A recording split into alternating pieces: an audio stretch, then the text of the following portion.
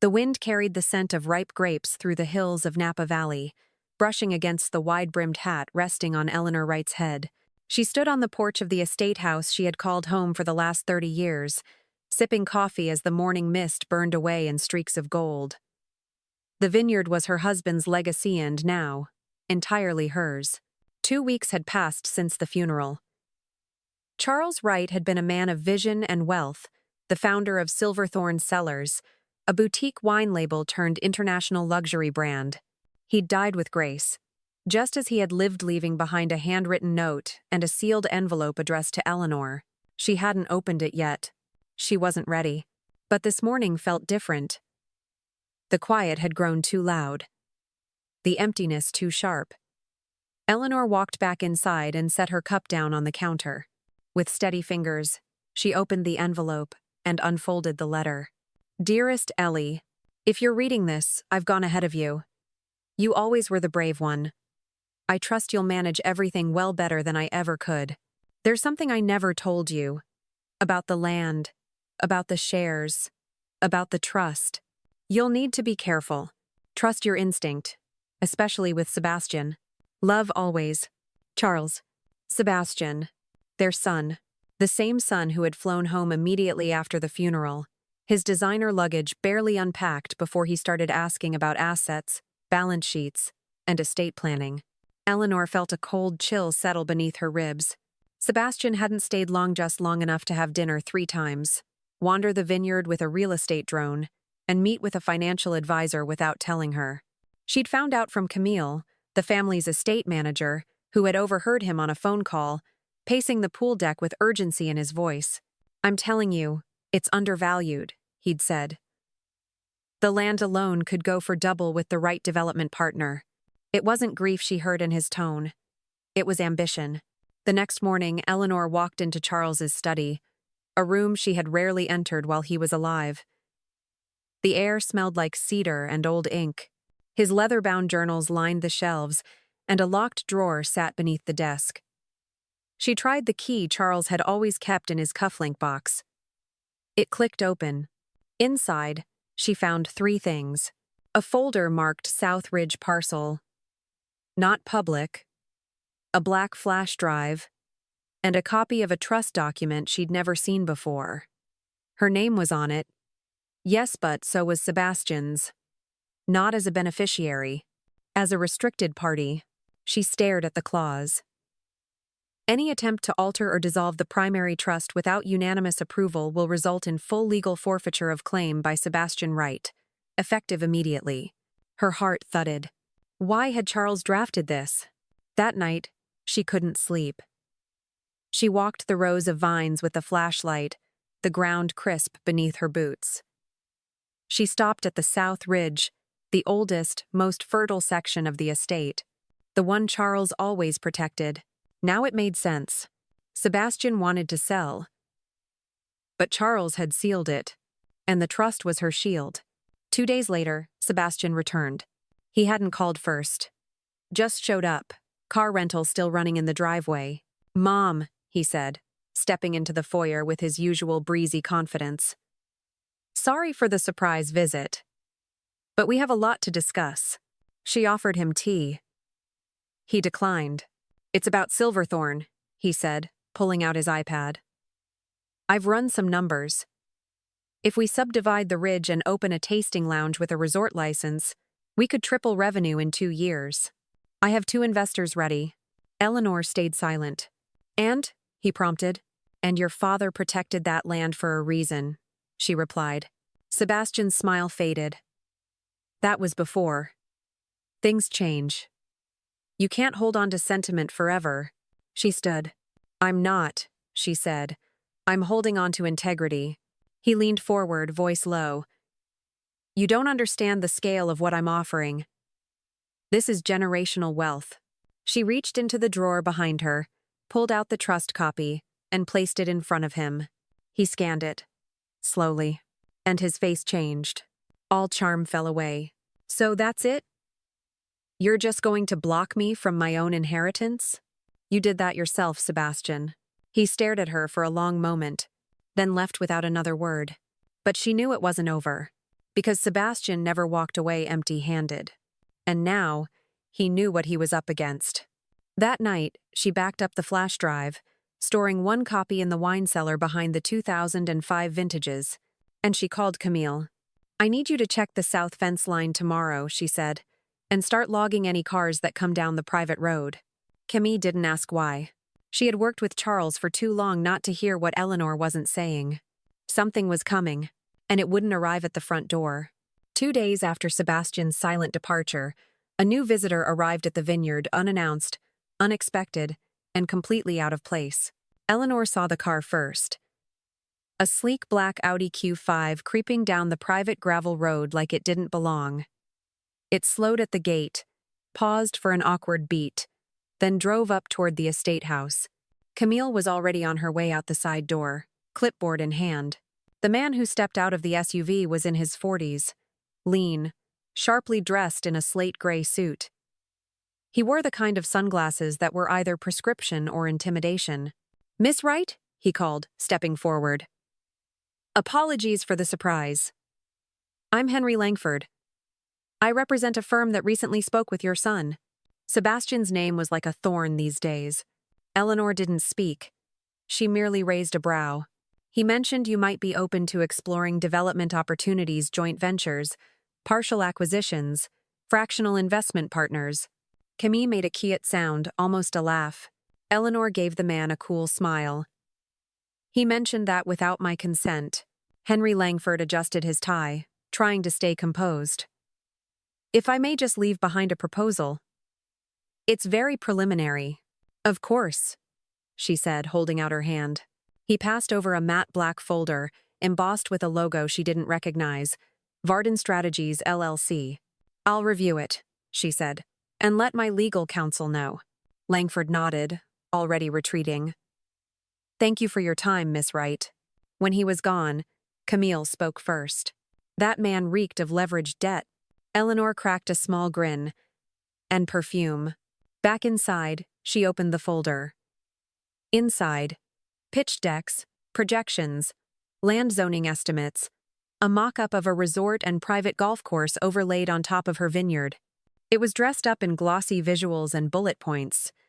But underneath it was clear. They wanted to gut the land. She called Patrick Rayleigh, the family lawyer. "How fast can you dig into Varden Strategies?" "Already on it," he replied. "They've got a few red flags.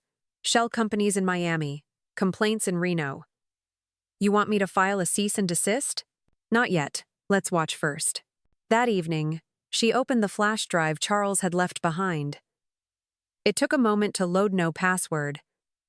Just a folder titled, "Ellie, keep if needed." Inside, dozens of scanned documents, legal correspondence, and a video file. She clicked on the video. It was Charles, filmed in his study. The lighting was dim, his face somber. "Ellie, if you're watching this, I'm sorry. I should have told you sooner, but I needed time to make it right. Sebastian's been trying to find loopholes in the estate for over a year now. He's been working with outside firms, some of them predatory. I've blocked as much as I could. But if he's pushing harder, it means he's getting desperate. You need to secure the South Ridge titles. Keep Camille close. And Ellie, don't trust anyone Sebastian sends." The video ended. The screen went black. Eleanor sat in silence for a long time. Sebastian hadn't just come back after the funeral with a new idea. He had come back with a plan. 3 nights later, a second car appeared. This one didn't stop at the gate. It bypassed it entirely by driving down the emergency tractor path, normally blocked by a gate. Someone had cut the padlock. Eleanor saw the headlights from her bedroom window. She didn't call the sheriff. She called Camille. Together, they grabbed flashlights and a pair of Charles's old shotguns from the barn safe. They walked toward the tractor path in silence, boots crunching over gravel. The car was parked halfway down, engine off, no one inside. They swept the rows. That's when Camille saw it, boot prints in the mud. 2 sets. They followed them past the irrigation well, up toward the southern boundary line. A small drone lay discarded in the grass, its camera broken, but the SD card still intact. They were scanning, Camille whispered. They're cataloging the land, Eleanor said. Mapping weaknesses. Access points. Probably planning an early move before probate concludes. Back at the house, Camille ran the card through her laptop. The footage showed a familiar face. Sebastian, walking the property in daylight, pointing to markers, talking to someone off camera, and laughing. Eleanor leaned against the wall and closed her eyes. It wasn't just ambition. It was betrayal, the kind that ran deep enough to cut through blood. She opened her eyes and turned to Camille. We're changing the locks. All of them. Camille nodded. And tomorrow, Eleanor added, I'm calling a private investigator. If my son wants war, I want his allies exposed. One by one. Camille reached for the landline. Let's get to work. The private investigator arrived the next morning. His name was Arlo Benton, former state police. Now a freelance intelligence contractor with the face of a retired cowboy and the mind of a chess player. He wore jeans, a pressed navy shirt, and carried an old leather bag slung over one shoulder like a doctor from another era. He shook Eleanor's hand with the firm grip of someone who'd once tackled suspects in back alleys. You've got a good setup out here, he said, glancing around the estate. Old wealth, tight perimeter, but too much faith in tradition. You want me to dig into your son and whoever's pulling his strings, I need full access. Eleanor nodded. You'll have it. Camille handed him a folder with the drone footage, the business card from Langford, and a copy of the Varden proposal. Varden Strategies is a front, Arlo said within minutes. They exist, yes, but they're just the tip. They pass contracts down through a maze of ghost partners until no one's name sticks. That's what people use when they want to bury responsibility. Eleanor didn't flinch. Then let's start digging up bodies. That night, Eleanor sat in her late husband's study, flipping through old ledgers. Charles had been meticulous. Every payment, every donor, every vendor recorded by hand before being scanned into the estate's digital archive. Halfway through the 2017 ledger, she found a note scrawled in pencil. S.W. Dueling Ridge backdoor access. Camille, check gate lock records. S.W. Her son's initials. But it was the second part that chilled her. Charles had suspected this for years. He'd even looped Camille into watching the perimeters. Why hadn't he told her? She called Camille into the study. Camille sat down beside her, eyes scanning the note. I thought he was being paranoid, she whispered. He asked me to keep a key log back then. I still have it. She pulled out a box from the storage close to, simple black binder labeled Security, Access. Inside, hundreds of entries, timestamps, vehicle types, motion alerts from driveway cameras. Eleanor's hands trembled slightly as she flipped to the 17th of August, 2017. Entry 3. Unauthorized activity. 2:18 a.m. White Lexus crossover. South Gate. No main entry. Her breath caught. Sebastian had visited while she and Charles were at the annual Wine Growers Conference in Oregon. He had come here in secret. Arlo's research came fast and steady. By the second day, he had a list of aliases used by Sebastian's associates, including shell companies owned by Langford and 3 other partners. One was flagged in a Department of Commerce investigation. They're targeting older estates, Arlo explained, spreading photos across the kitchen table. Widowed owners. Heirs with business school connections. It's a network, and your son's their foot in the door. Eleanor stared at the faces. One photo stood out, a woman in her 30s, red hair, green eyes. Arlo tapped it. That's Veronica Dale. Real estate manipulator.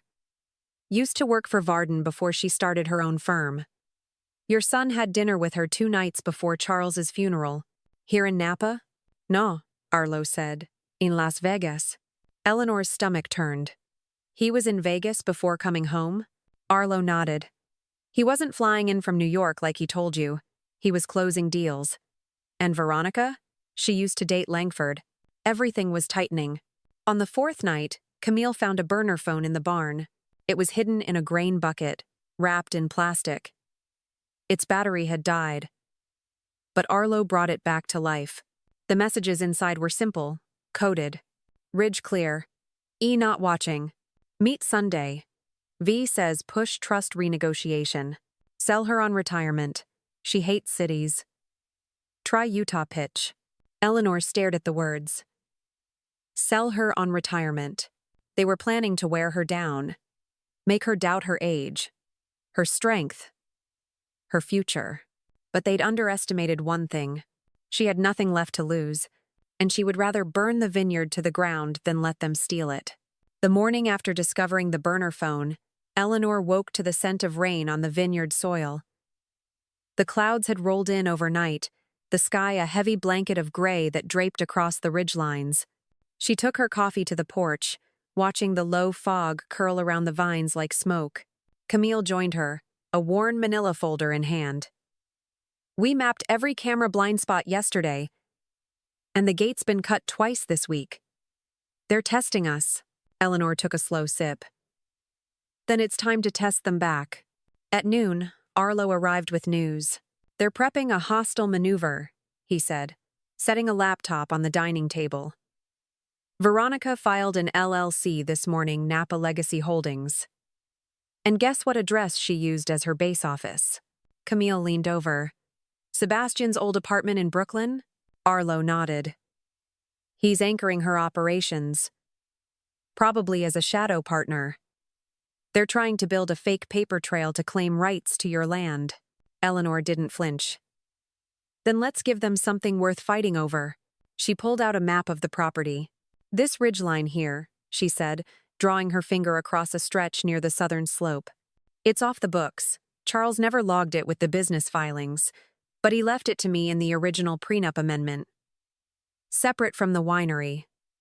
It's mine, free and clear. Camille's eyes widened. You think they're after this parcel specifically? They don't know it's off limits, Eleanor said. So let's make them try to take it. The trap took a week to prepare. They had a surveyor friend come mark false boundaries, enough to suggest a title dispute. Camille arranged for a landscaping crew to accidentally post signs that hinted at a potential sale. Eleanor called a distant cousin in the county clerk's office and filed a notice of intent to subdivide, a move that would ripple through development circles like wildfire. The bait was set. By Friday, Arlo confirmed Varden's servers had registered a new search alert. South Ridge, Wright Estate, per S subdivision. They're watching everything you file, he said. And they're reacting. Eleanor smiled. Good. Because the next move wouldn't come from them. It would come from her. That evening, Eleanor recorded a message. She sat in Charles's old chair, facing the camera head-on, her voice calm, her eyes steel. To those watching, she began, let me be clear. The Silverthorne estate is not for sale. My family's land is not a commodity to be sliced and sold to the highest bidder. And anyone who believes otherwise would be wise to look very carefully at their own paperwork before they speak in court. She paused. This vineyard is more than dirt and vines. It's our story, and no one rewrites it but me. She sent the video to Patrick, who distributed it strategically to a local reporter, a wine industry blog, and a private investor group known for pushing back against corporate encroachment. By Sunday, the internet had taken notice. Local headlines popped up. Silverthorne widow pushes back against developers and Wright family conflict goes public. Bloggers dissected the footage, praising Eleanor for standing her ground. The winery's sales spiked overnight. Orders flooded in from loyalists. It was a PR triumph. And a warning shot. Sebastian called that afternoon. He didn't bother with pleasantries. Mom, what the hell are you doing? Defending my home, she said evenly. You're humiliating me in public. You think airing family disputes online is noble? I think exposing predators is, she replied. There was a pause. Then, he said it. You're not in your right mind. You're grieving. And people are taking advantage of that, Patrick. Camille. Even this investigator. You're letting your paranoia turn you into a recluse. Eleanor inhaled slowly. Don't mistake clarity for paranoia, Sebastian. I don't want to fight you. But you already did, she said, her voice cold now. When you walked this land behind my back. When you laughed while planning how to divide it. When you sent strangers to my door pretending they were offering me help. He was silent. Don't call again unless it's through your lawyer, she added. You lost your seat at this table. And she hung up. That night, Camille found a GPS tracker under her truck. Arlo examined it.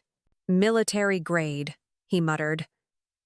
Somebody's funding these people beyond what a development firm should be able to afford. Eleanor clenched her jaw. It wasn't just business anymore. It was personal. Coordinated. Deep.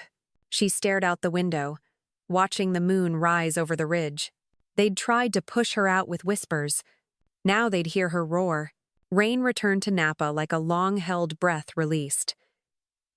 Heavy drops spattered against the estate house windows, blurring the vineyard into a field of shadows and silver.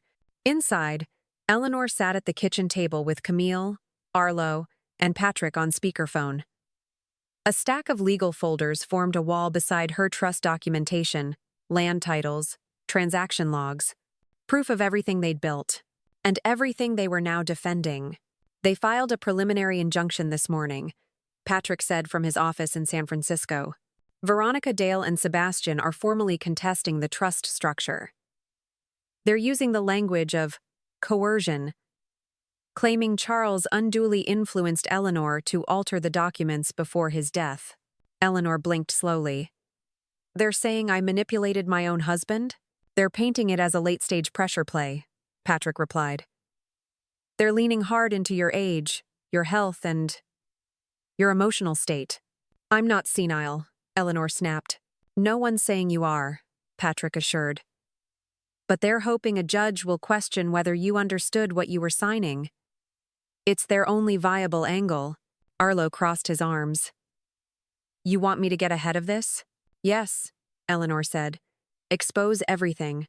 I'll trace every email, every wire transfer, every burner phone, Arlo promised. But I also think it's time we talk about the South Ridge Cave. Camille looked up, startled. You mean the old stone cellar? Arlo nodded. Sebastian mentioned it during a dinner meeting in Vegas. Said there were unregistered deeds down there, old title grants from the 1930s. If those get into the wrong hands, they could try to spin a heritage claim. Eleanor stood. Then we're going down there today. The stone cellar beneath the South Ridge was carved into the hillside. Charles had once called it the Vineyard's bones. Damp, cold, and filled with crates of ledgers, antique bottles, and sure Innova metal strongbox locked beneath a false floor. Camille dusted it off. Arlo picked the lock in 30 seconds. Inside, brittle paper sealed in wax. A handwritten deed, dated 1936. A transfer of ownership from a local land baron to a family friend and ancestor of Charles. The paper alone was worth thousands. But the content? It was gold. Because it proved that the South Ridge parcel had never been part of the original Vineyard Corporation. It had always been separate. Passed by private family line, never absorbed into the business trust. They can't touch it, Patrick said later, after reviewing photos. This wipes out half their argument. But they don't know that yet, Eleanor said slowly. Patrick paused. You want to let them proceed? Yes, she said. Let them show their hand. Let them lie. Let them drag my name through the mud. And when they dowen, they've committed it to the record we drop this in court. That night, Camille received an anonymous email. Subject: Check your loyalty. Attached, a grainy surveillance photo of Camille hugging Arlo behind the winery's truck barn. Eleanor read the message twice. The intent was clear. Sow division. Make her doubt Camille. Make Camille doubt herself. You think they're watching us that closely? Camille asked, voice shaking. Eleanor didn't answer. She walked across the room and opened the cabinet above the fireplace. From behind an old painting, she pulled out a second flash drive. One Charles had labeled only, "Cotton if needed." She plugged it in. Inside were folders labeled with names. Langford. Dale. S. Wright. Varden. Surveillance. Phone records. Charles hadn't just protected the estate. He had built a case. Eleanor exhaled. Charles knew this was coming. He just didn't think he'd be gone before it started. The next morning, Sebastian filed a restraining order, claimed emotional abuse, alleged manipulation of family assets. He even accused Eleanor of surveillance, claiming Arlo had harassed one of his associates. It was desperate, reckless, and it was exactly what they needed. Patrick filed the counterclaim the same day with the historical deed, the flash drive documents, and a sworn affidavit from the family notary, confirming Charles had updated the trust of his own volition. The judge scheduled an emergency hearing. Eleanor would get her day in court. But before that could happen, Arlo got a phone call. It was from a contact in Vegas. Veronica Dale's disappearing, the voice said. She's liquidating her assets and moving funds through an offshore account. If she vanishes, your son will have no legal cover. Eleanor stood very still. Track her, she said. And when she runs, make sure she leaves a trail. Because Eleanor Wright wasn't just defending her land anymore. She was dismantling a syndicate. And she had just taken the gloves off.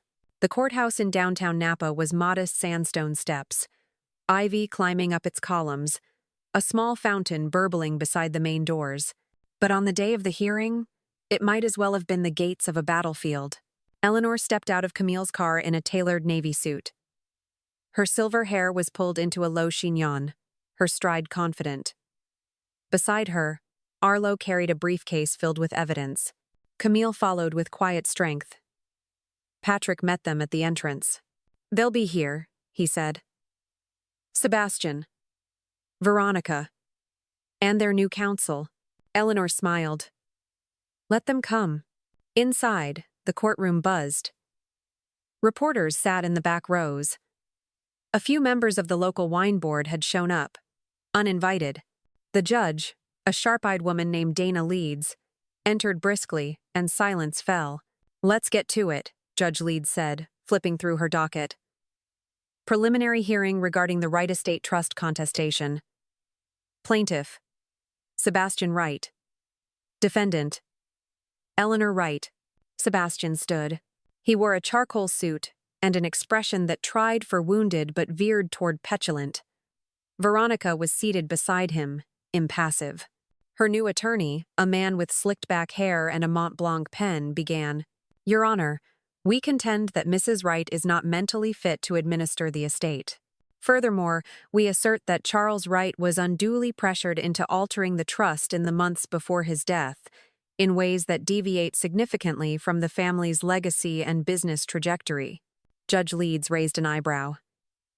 You're accusing a grieving widow of manipulating her husband into disinheriting his own son? That is the basis, yes. Patrick stood. Your Honor, we not only reject those claims, we have indisputable evidence to the contrary. He walked to the bench and handed over a USB. Contained within, a recorded testimony from Charles Wright, dated prior to his passing. Supporting documents detailing Sebastian Wright's meetings with known development fraudsters. A sealed deed proving that a key section of the estate South Ridgeye is privately owned by Mrs. Wright and outside the trust. Leeds plugged in the USB and began watching. Charles's voice filled the room. Calm. Direct. Heartbreaking.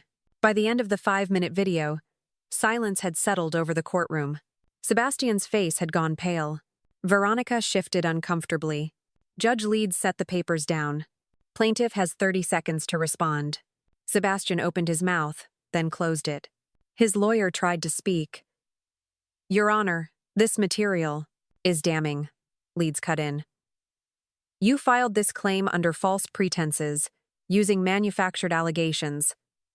I see no grounds to continue. She looked directly at Eleanor. Mrs. Wright, I'll be issuing a protective order shielding you from further legal harassment.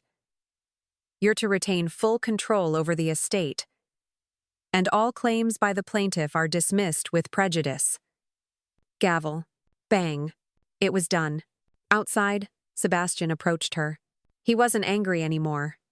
Just small. I thought it was mine, he whispered. The Vineyard. The future. I was supposed to lead it. Eleanor studied him for a long moment. You were supposed to protect it. She turned away. Weeks passed. Veronica fled the country. Federal agents froze her assets. Langford vanished from the grid. Varden Strategies folded.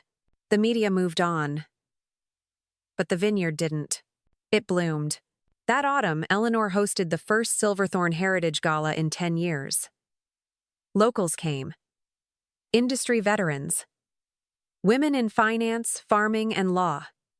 Camille gave a speech. So did Arlo. Then Eleanor took the stage.